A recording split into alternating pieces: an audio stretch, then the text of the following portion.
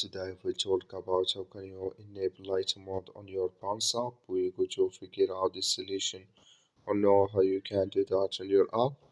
So you just follow these ways and it's going to work with you. All you have to do in the first, you just click on profile down here, just click on it.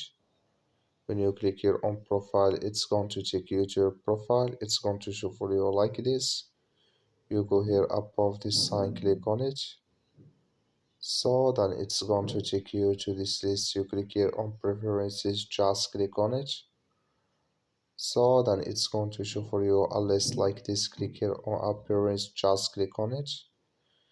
You will find list like this. You come here to light theme, click in this sign. So like you see here, it's changed with you here to light mode like you see here. So that's all you have to do. That's all. Thank you for watching. Don't forget to support us by like and subscribe.